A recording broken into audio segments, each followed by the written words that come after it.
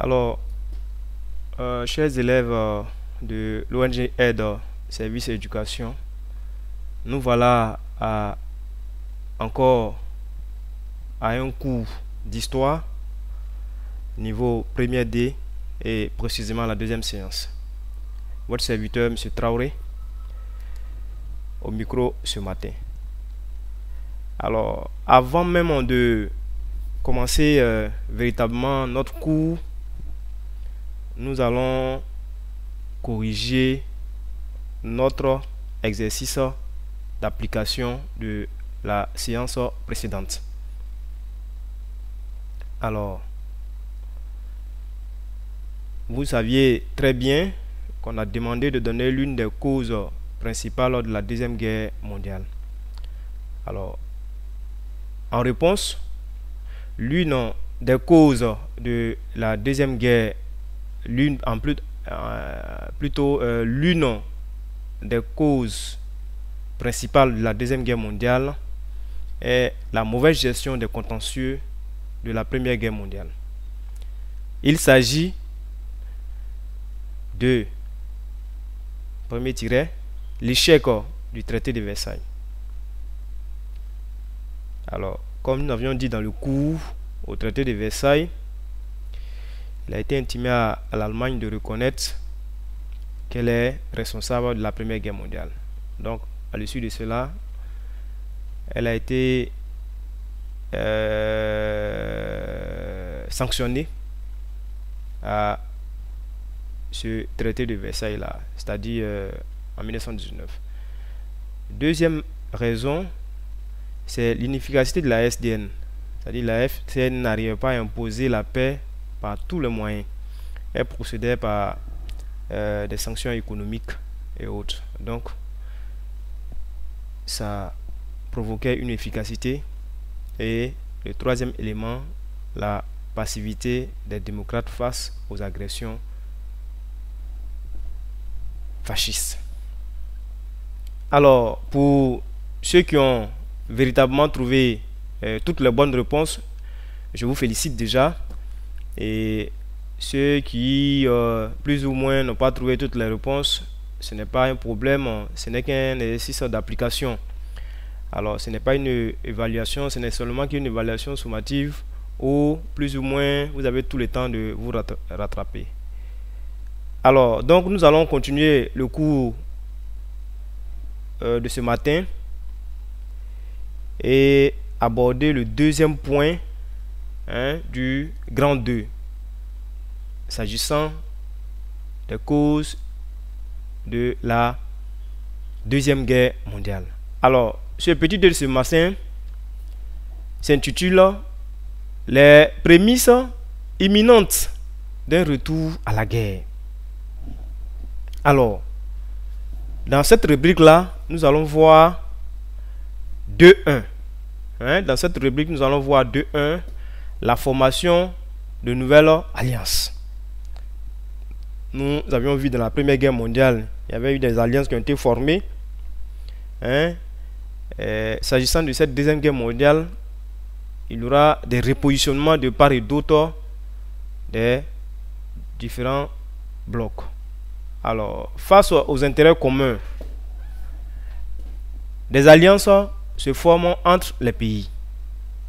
D'un côté, il y a les puissances de l'As, comprenant l'Allemagne d'Adolf Hitler, l'Italie de Benito Mussolini et le Japon de l'empereur Hirohito. De l'autre, il y a les alliés avec l'Angleterre de Winston Churchill, la France libre du général de Gaulle, l'Union soviétique de Joseph Staline et les États-Unis de Franklin Roosevelt. Alors, de façon détaillée, qu'est-ce qu'il faut retenir? Concernant le bloc de l'As, il faut savoir que en 1936, précisément en novembre 1936, l'Allemagne nous plutôt des relations de non-agression avec l'Italie.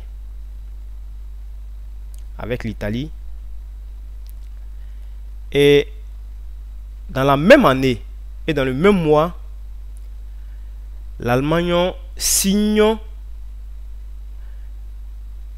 un traité aussi avec le Japon. Et précisément ce traité-là, ce n'est rien d'autre qu'un pacte anti-Kuomintang, c'est-à-dire un pacte contre le communisme en 1936. Un an après, l'Italie, qui est le troisième pays de ce bloc-là, va s'engager dans un traité avec le Japon, précisément en 1937. Et quand on suit la démarche, dans le camp adverse, ces mêmes traités se nouent. Alors,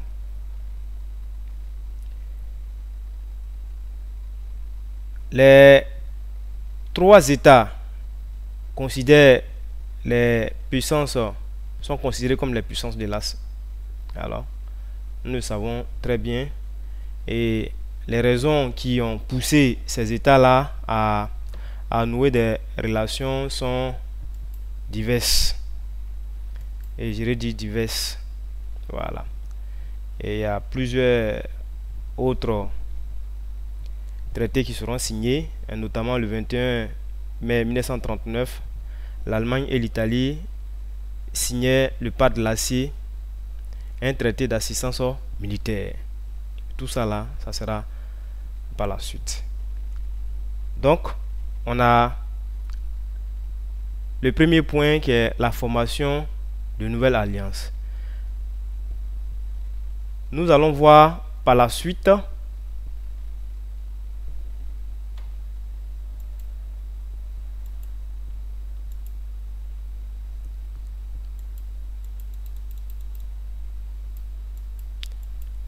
ensuite, en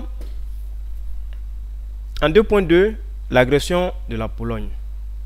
Alors, si vous remarquez très bien, on parle des causes, des éléments déclencheurs.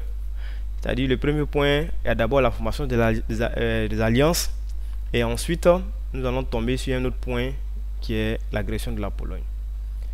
Dès mars 1939, l'Allemagne d'Hitler envahit des régions de la Tchécoslovaquie, précisément la Bohème et la Moravie. Et généralement on appelle cette région Bohème-Moravie. De son côté, l'Italie de Mussolini occupe l'Albanie. Après avoir signé un pacte de non-agression et de collaboration militaire avec l'Union soviétique, l'URSS, l'Allemagne va envahir la Pologne le 1er septembre 1939. Alors, fatigué d'assister aux agressions hitlériennes, la France et l'Angleterre, alliés de la Pologne, déclarent la guerre à l'Allemagne le 9 septembre 1939. C'est le début de la Deuxième Guerre mondiale. Alors, il y a un détail très important qu'il faut retenir.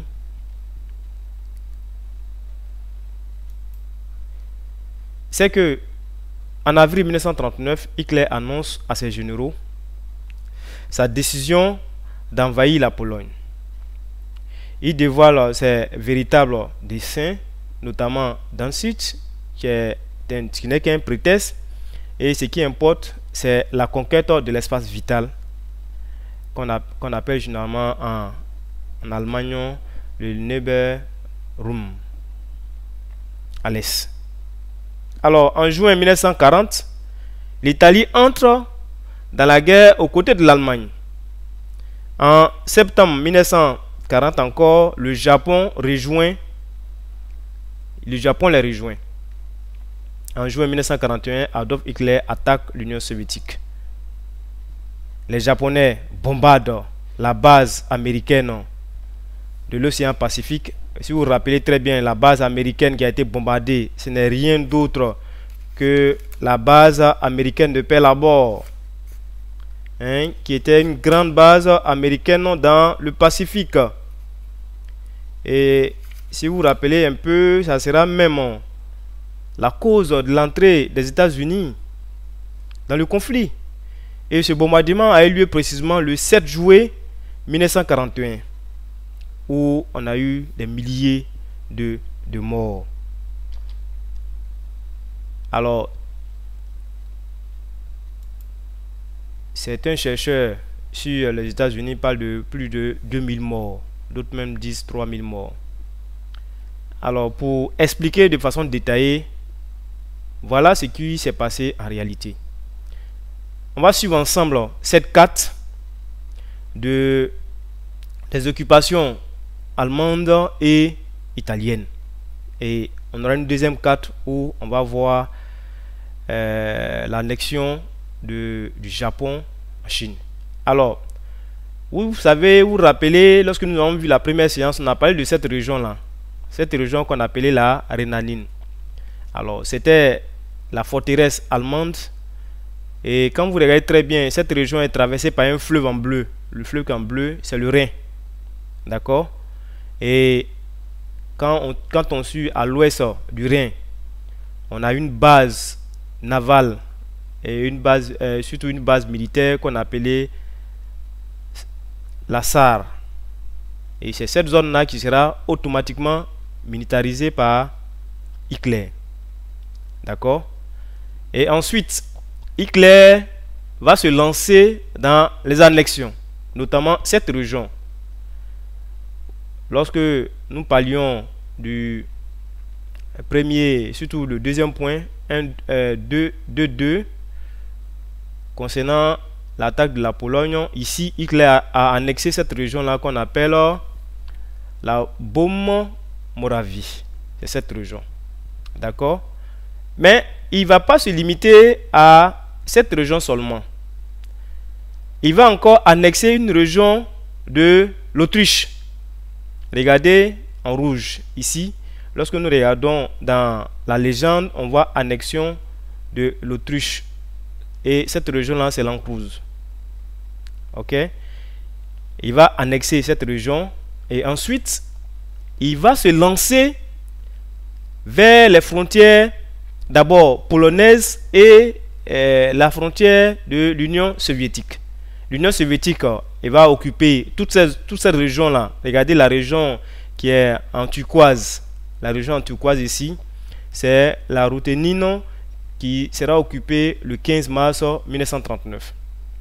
Alors, espérant avoir une partie vitale, c'est-à-dire une partie qui débouche sur la mer, Hitler va se lancer dans ces deux régions-là, notamment la région de Danzig et Memel, ici. Memel même qui est pratiquement aux frontières de l'Union soviétique avec la Lituanie qui est en haut. Et comme vous savez très bien, c'est ces éléments-là qui vont constituer le déclenchement de la guerre, parce que quand vous regardez Memel, c'est carrément dans les régions polonaises.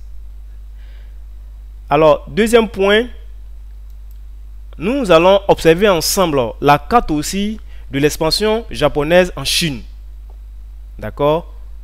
Alors, nous savions que ce soit l'Allemagne, que ce soit l'Italie, que ce soit même avant même, nous allons revenir encore sur cette carte. J'ai oublié de vous expliquer aussi les annexions italiennes. D'accord? Alors, l'Italie va se lancer dans l'occupation, dans sa volonté d'occupation, va agresser l'Éthiopie en 1936. D'accord? Et en même temps, agresser l'Albanie en 1939. D'abord, elle commence d'abord par l'Éthiopie et ensuite elle agresse l'Albanie. Alors, nous savions tous que l'intention de l'Italie n'est rien d'autre que la recherche de colonies et avoir aussi une façade méditerranéenne, avoir la méditerranéenne, comment dirait la façade méditerranéenne italienne. Donc, pour ces deux ou trois raisons-là, l'Éthiopie va se lancer aux côtés de l'Allemagne dans une conquête. C'est exactement le cas du Japon. Alors, le Japon souhaite avoir des possessions en Asie. En Asie. Et ces possessions-là, le Japon va mettre l'accent sur la Chine. D'accord? Et lorsqu'on observe très bien la carte, comme nous sommes dans la période de l'après Première Guerre mondiale, on va voir protectorat japonais à partir de 1932. Regardez ici, la Manchukuo, à partir de 1932, sera un protectorat japonais. Alors nous savons que c'est une forte région dans la Chine qui est occupée. Ensuite, la région de Shahar, Jahel et autres, regardez, les régions jaunes seront occupées par le Japon à partir de 1933 et 38. Vous allez voir d'autres régions, notamment Canton que vous connaissez, où nos frères africains vont beaucoup faire le commerce, sera aussi occupé par les Japonais. D'accord? Et tous ces éléments là seront mis ensemble, seront la cause déclencheur de la Deuxième Guerre mondiale. Alors, je crois bien que cette carte est beaucoup explicite. Alors, nous sommes vers la fin de notre deuxième séance. Pour terminer cette séance, nous allons prendre 2 minutes pour cet exercice d'application. Alors, exercice d'application. Donner les autres causes principales de la Deuxième Guerre mondiale. Alors, je vous accorde 1 minute pour ceux qui ont suivi le cours.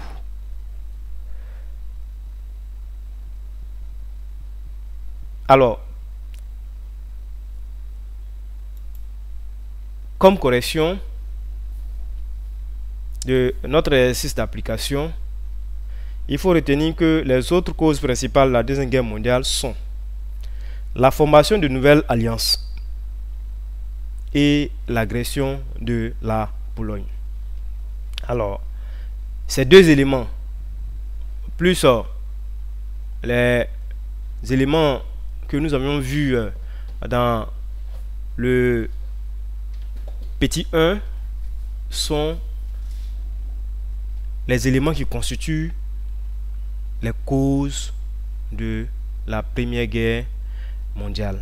Alors, il faut bien réviser déjà la première séance et la deuxième séance, et après quoi nous allons entamer la troisième séance qui sera la fin de notre leçon.